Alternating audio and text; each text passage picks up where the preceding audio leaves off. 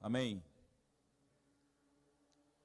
Desejo uma semana na companhia de Deus e dos santos anjos, em todas as atividades que vocês tiverem. O Senhor há de guardá-los de todo mal e tornar as atividades de vocês uma atividade bem exitosa. Olha, pela chuva que caiu, vocês estão de parabéns por terem tomado a decisão de vir até a casa do Senhor Deus.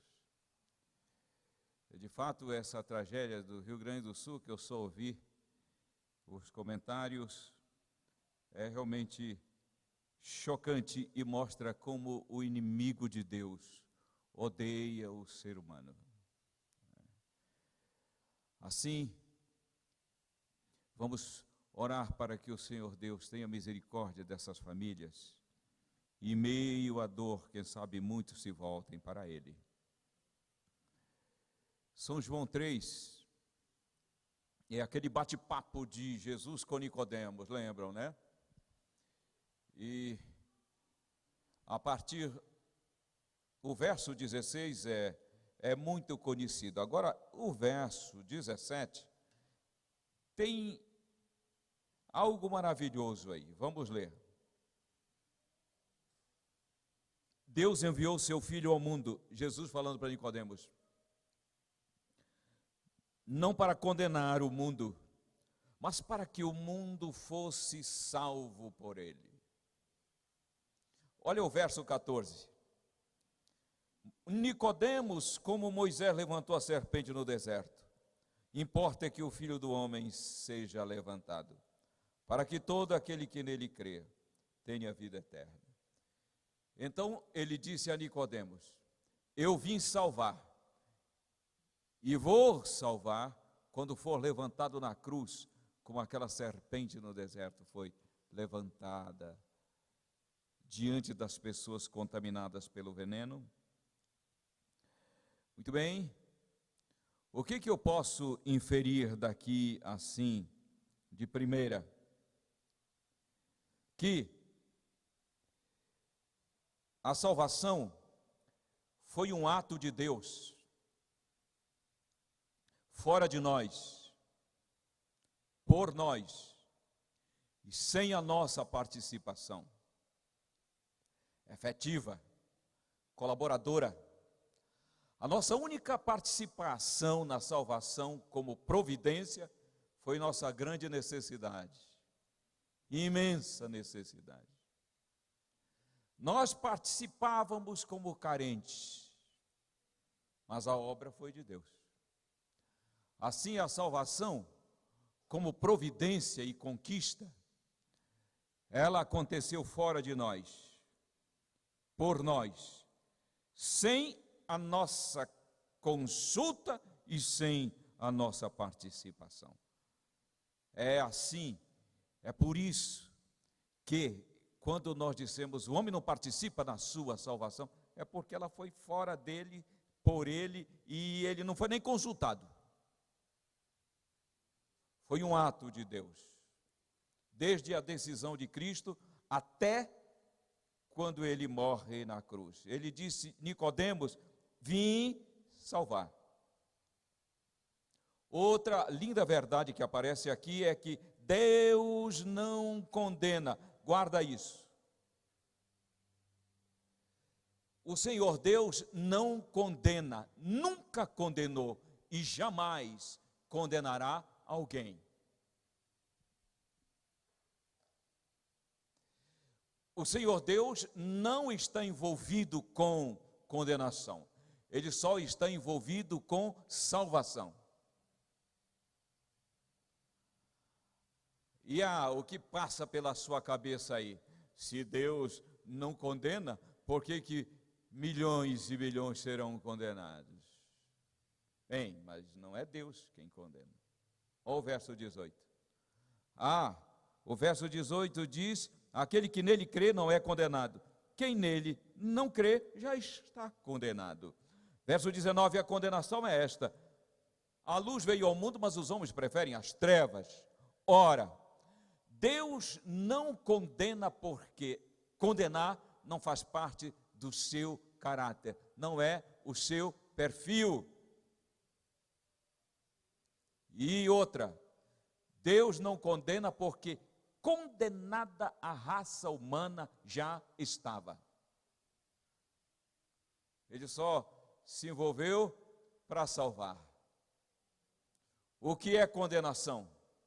Condenação é o ser humano, de livre e espontânea vontade, querer permanecer num ato de rebelião contra Deus, depois que aceitou, ou depois que conheceu a vontade de Deus. O que é salvação? Salvação é crer na obra providenciada em Cristo Jesus. Eu olho para vocês e posso cumprimentá-los dizendo: boa noite, salvos do Senhor Deus. É isso. Sabe, Satanás, ele sempre colocou na cabeça das pessoas que Deus é um Deus vingativo, quer pegar o pecador na próxima esquina. Mentira. O Senhor Deus ama o pecador. Olha, se tem uma coisa que não impressiona a Deus, no sentido de evitar-nos, são os nossos pecados.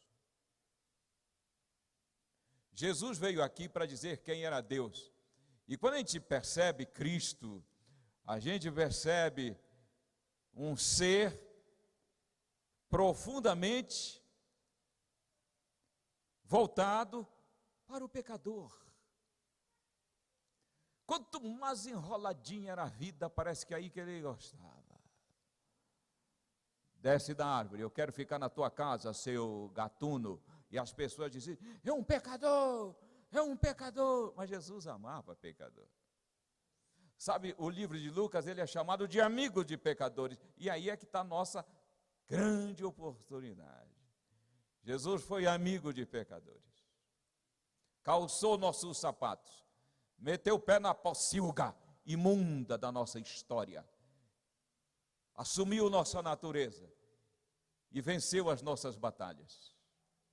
Eu não vim condenar, eu vim salvar. Ele veio tornar manifesta uma salvação providenciada. Mas muito mais do que isso, ele entra na arena e conquista o direito de acreditar em nós as vitórias que ele conquistaria contra o pecado, vencendo o pecado na carne. Que carne? Essa aí que você tem e eu. O Verbo de Deus se fez carne e habitou entre nós. Como pôde Jesus assumir nossa natureza e não pecar?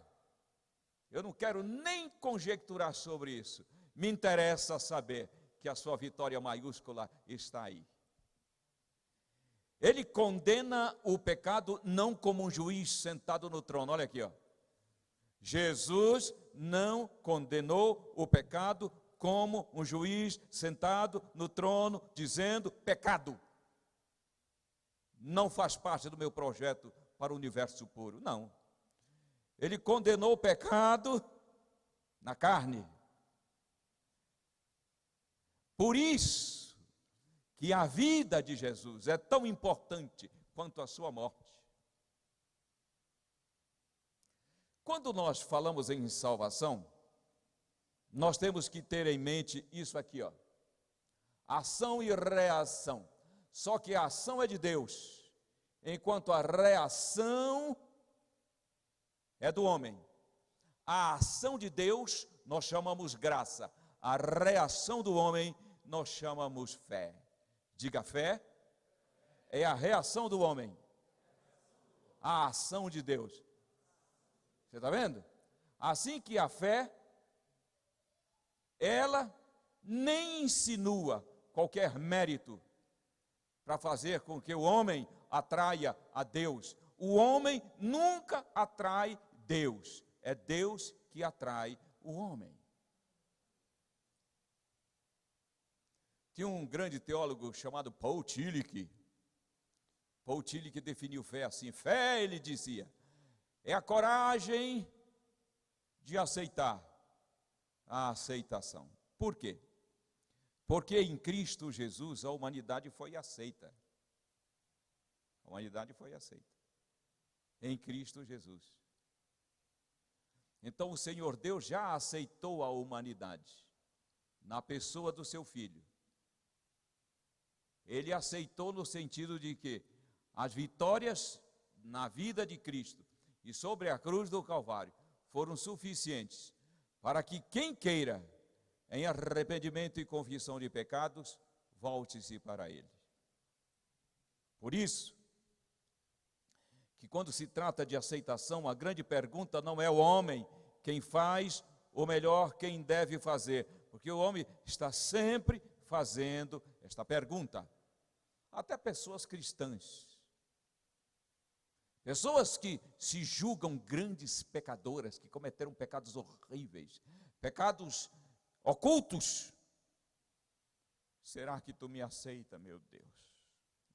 Olha, eu me preparei, eu fui batizado, mas será mesmo que tu me aceitaste? Eu queria uma prova de que realmente eu fui aceito. E a grande pergunta quem faz não deve ser o homem, quem faz é Deus. Sabe qual é a grande pergunta de Deus quanto à aceitação? Aceitarás tu a minha aceitação de ti? Fé é a coragem de aceitar que eu fui aceito. Você tem coragem de dizer eu fui aceito? Com certeza, porque cristianismo é isso. Alguém que compreendeu a aceitação do Pai e disse, pois eu aceito que eu fui aceito, e ponto final, minha vida pregressa, isso não interessa, está quitado, tetelestai. E a dúvida, se você duvida, você diz que Deus é mentiroso. Você teria coragem de chegar diante de Deus e dizer, o Senhor é mentiroso? Quem teria? Quem teria coragem de cruzar com Jesus e dizer, o Senhor é o ser mais mentiroso que já pisou nessa terra? Ninguém. Mas ele diz, aquele que vem a mim de maneira alguma eu lançarei fora. Venha para o colo de Abba. Salvação foi a ação de Deus. E a reação de... O que faz o diabo? O Satanás pega isso aqui e inverte tudo. Ele faz com que a ação seja do homem, para que a reação seja de Deus. Sabe quando isso vai ser invertido? Nunca. Mas isso é a base de todo o paganismo e de toda a religião falsa. Só que isso pode estar na prática do paganismo mais tribal, como pode estar na prática de um crente que parece ser a coisa mais linda do ponto de vista cristão. Enquanto o homem estiver agindo para que Deus reaja, isso é paganismo. E nós vivemos um cristianismo semi-paganizado no século 21. Enquanto eu obedeço para que Deus, de alguma forma, me aceite ou confirme a minha aceitação, eu inverti esse processo ali. Nós nunca seremos estímulo, guarda isso. Nós nunca seremos estímulo. Nós sempre seremos resposta. Nós nunca seremos causa. Nós sempre seremos efeito. A ação foi e sempre será de Deus. Na providência, na efetivação e no crédito da salvação em nosso coração. Tem um texto da Bíblia que eu quero que vocês abram aí, é Levítico 17. O Levítico 17 é maravilhoso, ele tem um conteúdo de doutrina da salvação maravilhoso. Eu quero que vocês dêem uma olhada nele. Levítico 17. o versinho 11, porque a vida da carne está no sangue. Eu vou-lo tenho dado sobre o altar para fazer expiação por vossa alma. O que nós vemos aqui? Deus está dizendo, aqueles sacrifícios que eram postos sobre o altar, não era ação do homem, porque o homem não é autor da vida. Aquele sacrifício não era ação, era a resposta do homem, porque o Senhor Deus diz, quem coloca aquele sacrifício no altar sou eu. Ele disse, eu sou o dono do sacrifício, eu sou o dono da vida.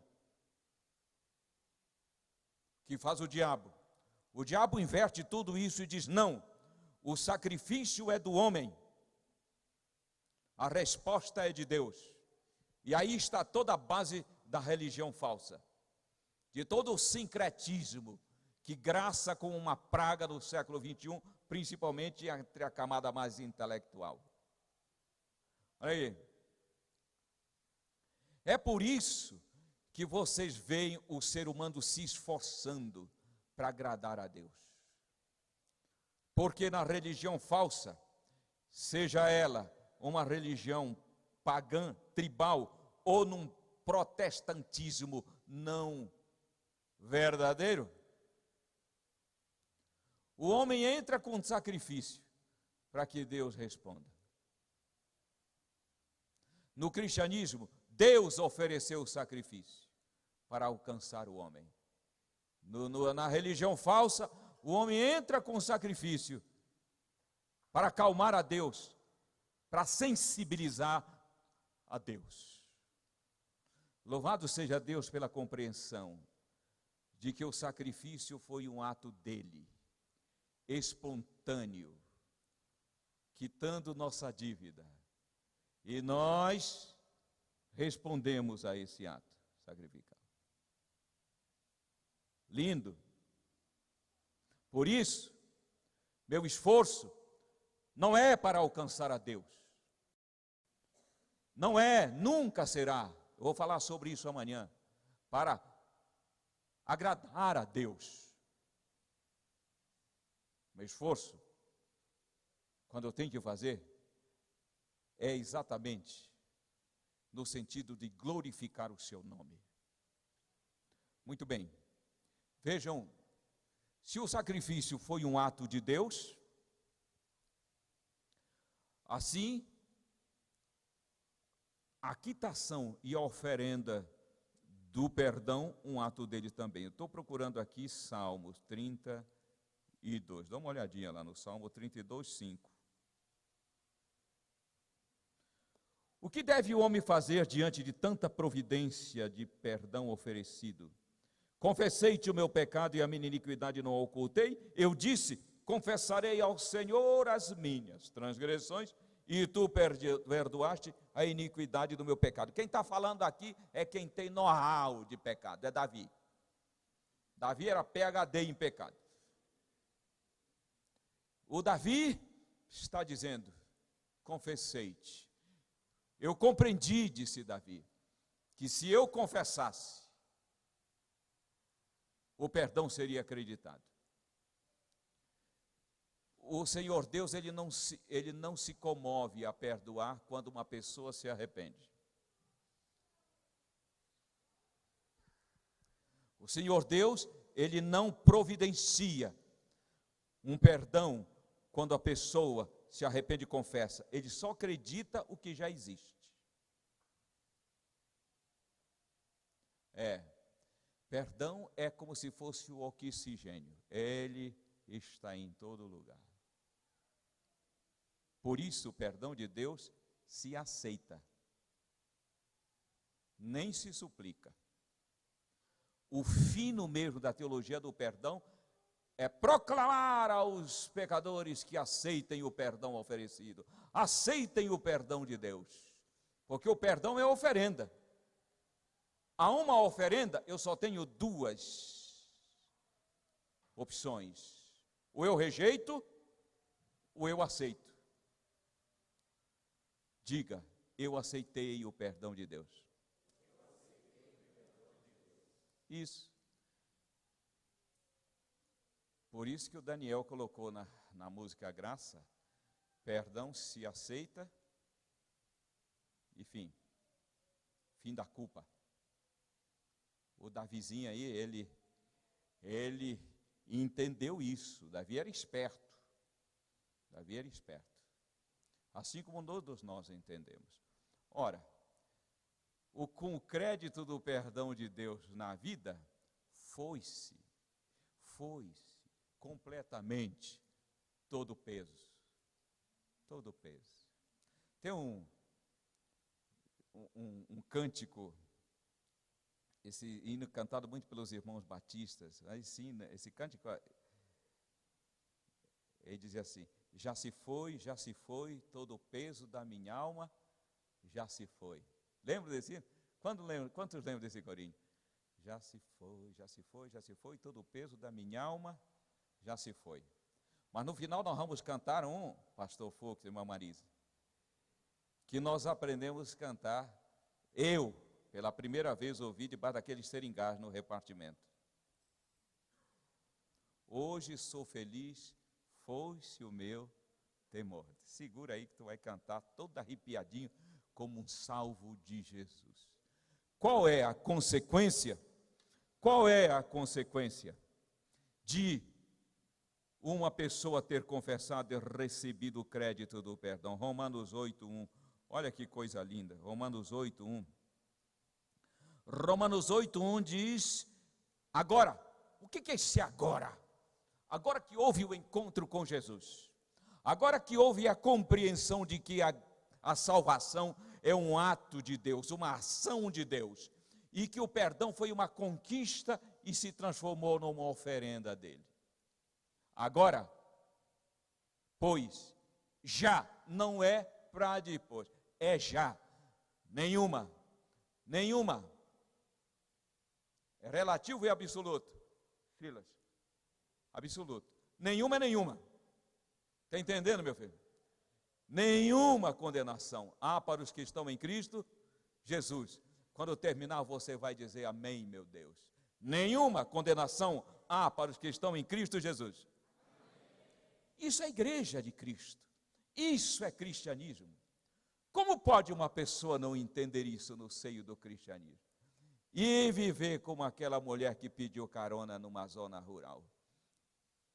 O cara ia passando com a charrete, ele ficou compadecido e disse: a senhora pode, saiu numa lição de escola sabatina, a senhora pode subir aqui que eu lhe levo. Ela falou: eu agradeço. E pleque, que ele olha para trás, ela está em pé com o saco de feijão nas costas. Tem gente assim na igreja, hein? Está na igreja com o saco de milho, de arroz, feijão nas costas. E a religião é um peso. Você vê na cara. Dá para você detectar o crente que não entrou no descanso. Deus me livre disso. E nos livre disso. E Ele já nos livrou em Cristo Jesus. Agora vejam só. Eu vou trazer aqui um pensamento de um livro maravilhoso chamado Caminho para Cristo. Olha aí. Olha só. Olha a descrição da página 62. Se vos entregardes a Ele e o aceitardes como vosso Salvador, sereis feitos justos nele, por mais pecaminosa que tenha sido vossa vida, porque o tetelestai cobriu tudo. Ele pagou a fatura, rasgou e jogou no lixo. O caráter de Cristo substituirá o vosso caráter, e sereis aceitos diante de Deus, como se nunca houvesses pecado. Só que eu quero chamar a atenção de vocês para o seguinte: esses são detalhes que você vai ter que compreender ao ler as coisas. O caminho para Cristo, ele tem dois objetivos: despertar a fé e também confirmar. Isto é, um propósito evangelístico e de confirmação da fé. Eu pergunto para vocês, esse texto está num enfoque evangelístico ou de confirmação da fé? Responda. Evangelístico. Então tem crente que lê o caminho para Cristo e diz assim: preciso me entregar. Igual aquela música de ano. Preciso a ti me entregar. E nunca sai. Fica esperando a próxima semana de oração para se entregar. Eu fiquei ali naquele ASP uns 8 anos, morando ali perto. Semana de oração após semana de oração. Eu via crente se entregando ali, mas toda vez ele ia se entregar. Venha para entregar Jesus, lá ia ele. E chorando. Chorando, mas nunca sai desse beabá, desse rudimento. É? A entrega seria uma vez só. Agora vai, não peque mais, agora vai viver para a glória de Deus. Vamos ler isso daqui, num enfoque de confirmação da fé? Vamos? Todas as vezes que eu parar, vocês vão dizer: isso já aconteceu comigo, tudo bem? Se vos entregardes e o aceitardes como vosso Salvador, sereis feitos justos nele, por mais pecaminosa que tenha sido vossa vida. O caráter de Cristo substituirá o vosso caráter. E sereis aceitos diante de Deus, como se nunca houvesses pecado. Percebeu o enfoque como muda? Como clareia? Bem, houve um dia em que nós nos encontramos com o nosso Senhor. Pode ser que eu esteja falando a alguém que esteja tendo isso pela primeira vez agora. Descobri que ele estava com uma oferenda de perdão, prontinho, perfeito. Me arrependi da vida pregressa e ele acreditou na minha vida o seu perdão. No momento em que ele fez isso, eu fui considerado justo diante dele. Porque eu fiz alguma coisa? Não, porque eu tive fé, porque eu acreditei no Tetelestai. E eu fui considerado diante dele como se nunca houvesse pecado. Nunca houvesse pecado. Isso significa ok diante de Deus. É a isso que eu estou chamando de ficha limpa. Eu vou falar um negócio aqui, vocês vão dizer muito obrigado. Boa noite, fichas limpas de Jesus. Agora, olha aqui, ó. Será que isso é algo pontual? Eu aparecer diante de Deus como se nunca houvesse pecado? Isto é um momento só? Ou isso pode ser uma realidade de cada passo que eu der na vida cristã? É pontual ou é sequencial? O que vocês acham? É sequencial? Então quer dizer que o Filho de Deus, o justo, pode andar com a sensação de que nunca pecou diante de Deus, sim ou não? Ó o vacilo. Sim! Sabe o que passa pela sua cabeça? E se eu pecar? Eu vos escrevo para que não pequeis, mas se alguém pecar, temos um advogado para com o Pai. Você confessa que você continua acreditando na aceitação, você continua acreditando na quitação da dívida, você continua acreditando no perdão e a vida continua. Mas crente anda diante de Deus com a sensação de que nunca pecou, porque isso é salvação. Está vendo, meu filho? Quantos anos? 17 anos. Compreender isso aos 17 anos é a coisa mais linda da vida. O que se evita de problemas? O que ele vai evitar de rolo na vida? Hein? O que a cabeça vai ficar como um leque do ponto de vista intelectual, social, emocional, físico. Espetacular. Bem, eu trouxe esse texto porque eu acho maravilhoso. Agora eu quero chamar a atenção de vocês para Isaías 43. a Isaías 43. Ele satisfaz uma das maiores necessidades que o ser humano tem. Queridos, sabe qual é uma das maiores necessidades do ser humano? Desejo de saber que pertence. Isso está nas crianças, né? John Dresch escreveu um livro maravilhoso chamado As 7 Necessidades da Criança. E uma das necessidades é o desejo de pertencer. Toda criancinha que ela tem esse desejo satisfeito, ela é equilibrada. É por isso que você que tem bebê, você tem que dizer: olha, você foi muito esperado. Olha só como que está aqui.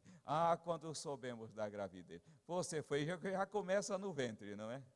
Filhinho querido, não vejo a hora de te ter aqui, meu bem. Sensação de que pertence. Sabe o que John Dresch diz?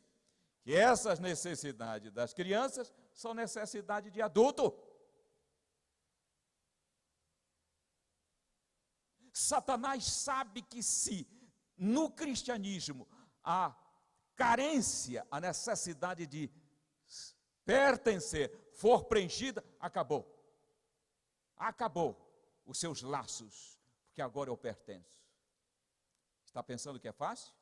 Principalmente para quem teve a sensação de que nunca foi aceito por pai e por mãe. Isso daqui pode até doer, mas eu preciso dizer. Salmo 27, 10. Se papai e minha mãe me abandonarem, o Senhor me apoiará. Olha, isso é o evangelho, cara. Há pessoas que têm a sensação de que elas não pertencem ao pai, à mãe, ao marido, à esposa, à empresa. Uma das primeiras coisas que o evangelho trata é de dizer: ei, você me pertence, você é meu.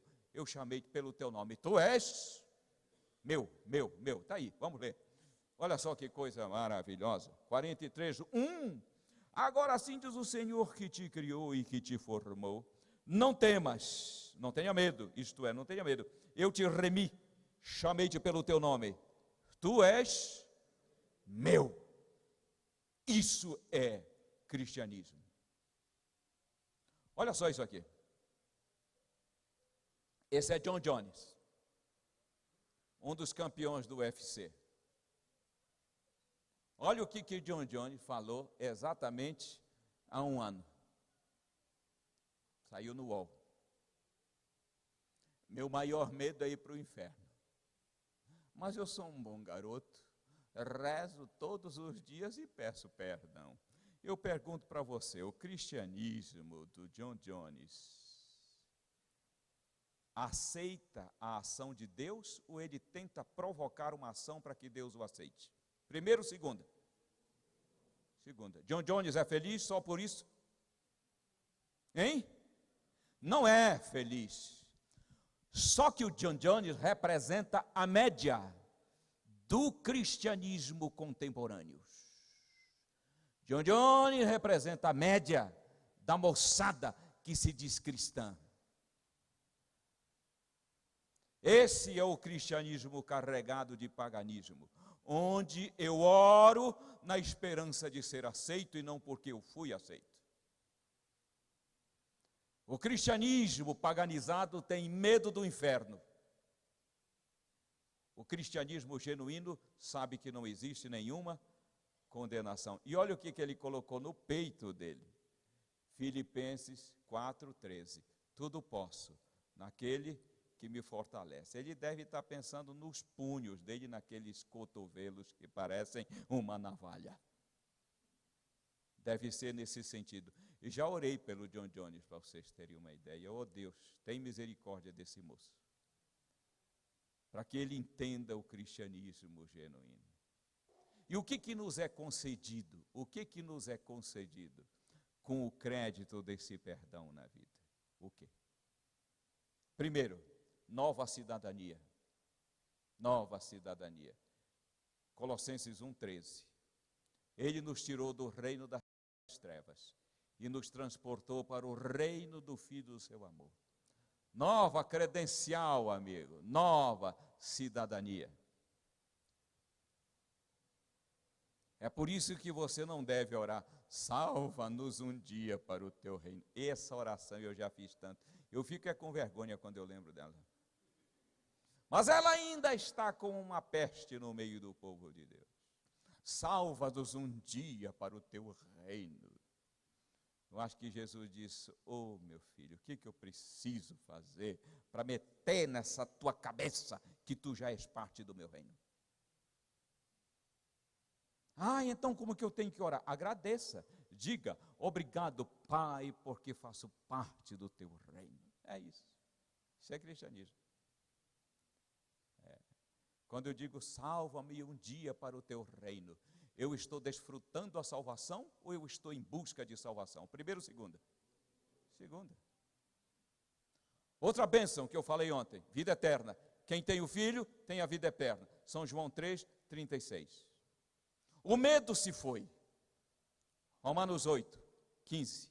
Não temos mais medo. Eu me debruço no colo do Pai e digo: Abba, Pai.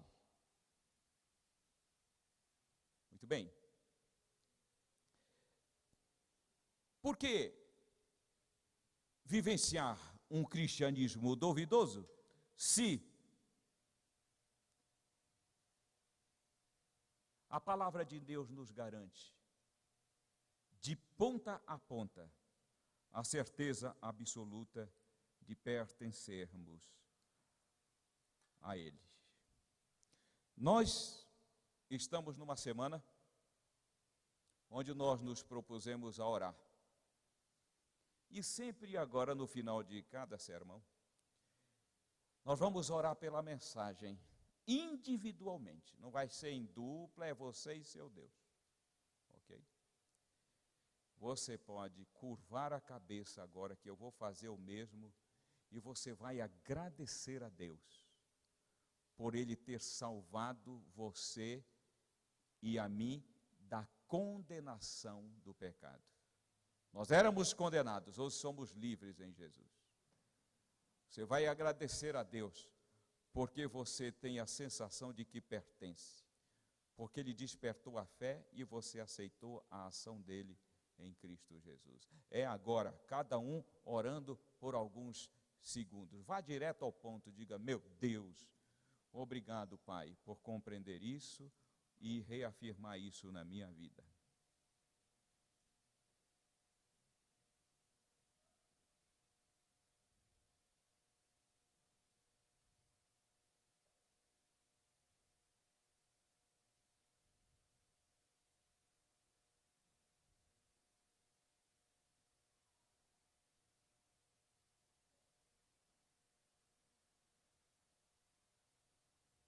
Amém. 2, 3, 5.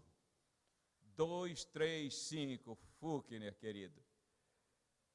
Lembra do... Você vai lembrar, esse corinho entrou em cena, esse cântico, lá naquelas décadas de 70, começo de 70. A gente cantava isso naquelas campagens do interiorzão da Amazônia.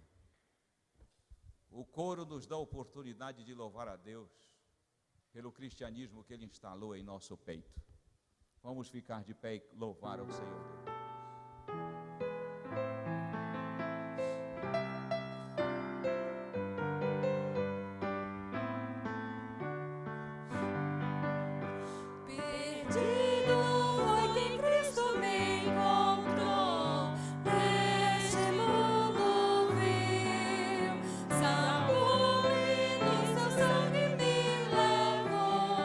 Hoje sou feliz.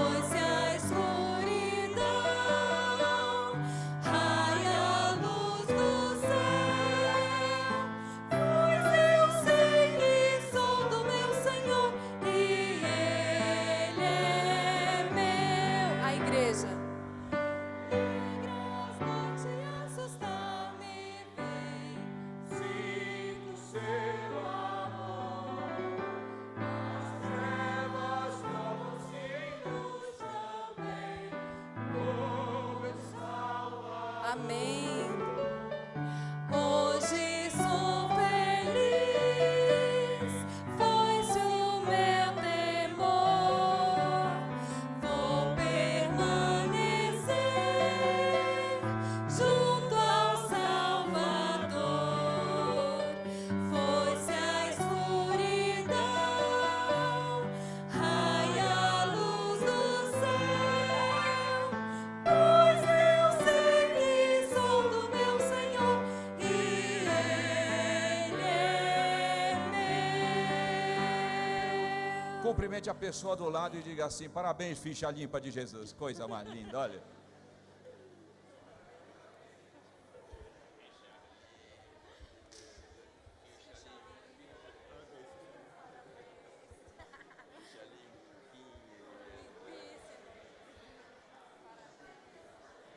Olha só. Amanhã vamos falar sobre salvação do poder do pecado. Por quê?